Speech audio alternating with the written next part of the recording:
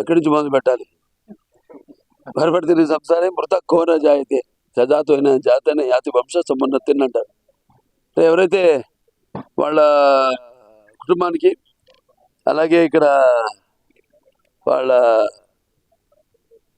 జాతికి వాళ్ళ ఊరికి వాళ్ళ జాతికి అలాగే చేసే సాంఘిక సంక్షేమ కార్యక్రమాల వల్ల అది పదవిలో ఉన్నా లేకపోయినా దేశానికి కీర్తి ప్రతిష్టలు తీసుకొస్తారు. అంటే భూమి మీద అంతా పుడతారు గిడతారు కానీ అందరూ మహానుభావులు కాలేరు.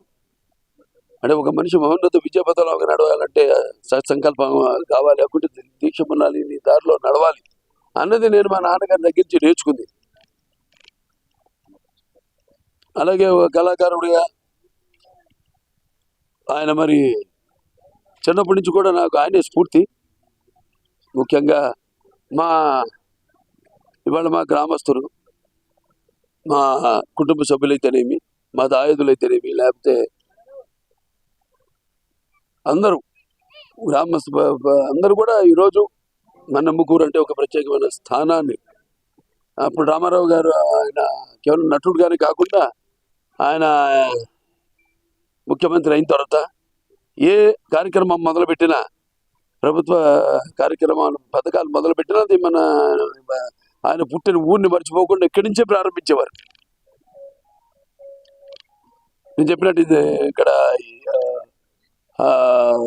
రెసిడెన్షియల్ హై స్కూల్ కావచ్చు, లేకపోతే ఈ జూనియర్ కాలేజ్ కావచ్చు, ఇంటర్మీడియట్ కాలేజు, అలాగే మహిళా ప్రాంగణం, ప్రాథమిక వైద్య శిబిరం అయితే పిహెచ్సీలు అయితేనేమి అన్నీ కూడా ఇక్కడి నుంచే, ఈ గ్రామం నుంచే పుట్టిన గడ్డను మర్చిపోకుండా ఇక్కడి నుంచే ప్రారంభించేవారు. అలా ఇవాళ కేవలం అంతేకాకుండా సమాజానికి మరి ఆయనకి అంత ఉన్నత స్థానాన్ని తీసుకెళ్ళిన ప్రజల్ని మర్చిపోకుండా ఆనాడు తెలుగుదేశం పార్టీని స్థాపించారు. అలాగే అందరికీ బడుగు బలహీన వర్గాలు అయితేనేమి, వెనకబడిన తరగతులు అయితేనేమి, తాడిత పీడిత కులాలకు అయితేనేమి, అందరూ కూడా మైనారిటీలకు అయితేనేమి అందరికీ ఆయన సముచిత రీతిలో గౌరవించి ఈ రాజకీయాల్లో ఉన్న పదవులకు దూరంగా ఉన్న వాళ్ళందరికీ చేయూతనిచ్చి సగౌరవంగా తీసుకొచ్చి పదవులతో అలంకరించిన మహానుభావుడు నందమూరి తారక రామారావు. నాకు చిన్నప్పటి నుంచి నేను చాలా సందర్భాలు చెప్పడం జరిగింది.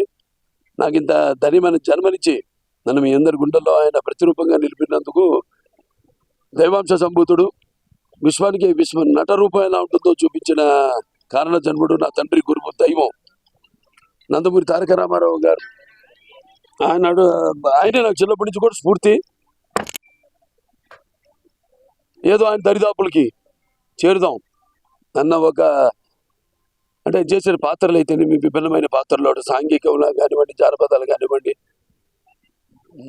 అలాగే ఆయన పౌరాణికాలు కానివ్వండి, ఇవన్నీ కూడా అంటే ఆయన నటిస్తుంటే పౌరాణికాలు ప్రాణం పోసుకున్నాయి, అలాగే జానపదాలు జాబిలీలు పాడాయి, సాంఘికాలు సామజపర గమనాలు అయ్యాయి, అలాగే పాట రక్తి కట్టింది, పద్యం నాటు నిలిచింది. అది కలగమ్మ తల్లి కన్నుల పండుగ చేసుకుంటూ కలకలలాడింది, కలకలనమ్మింది. తర్వాత ఆయన రాజకీయాల్లోకి వచ్చాక సరే ఆయన చేసిన అందరికీ ఉపయోగకరమైనవి, సానుకూలమైనవి కూడా. అలాగే ఎన్టీ రామారావు రాజకీయాల్లోకి అడుగు పెట్టక ముందు, అడుగు పెట్టాక ఆయన ప్రవేశపెట్టిన ఏవైతే ఈ పథకాలు ఉన్నాయో అవి ఇప్పటికీ అందరూ ఎవరు అధికారంలోకి వచ్చినా వాటిని ప్రవేశపెట్టేలా అమలు చేసేలా చేసిన మహానుభావుడు నందమూరి తారక రామారావు. అందుకే ఆయన అటు ఆ పేదల ఆకలి తెలిసిన అంటూ ఉంటాను నేను, అన్న ఆయనే. అలాగే జనత భవితకు దారి చూపిన, భవిష్యత్తు చూపిన అమ్మ ఆయనే. అలాగే ఆయనకి తోడుగా ఉన్న మహిళలకి ఆర్థిక స్వాతంత్రం ఇచ్చిన అన్న కూడా నందమూరి తారక రామారావు.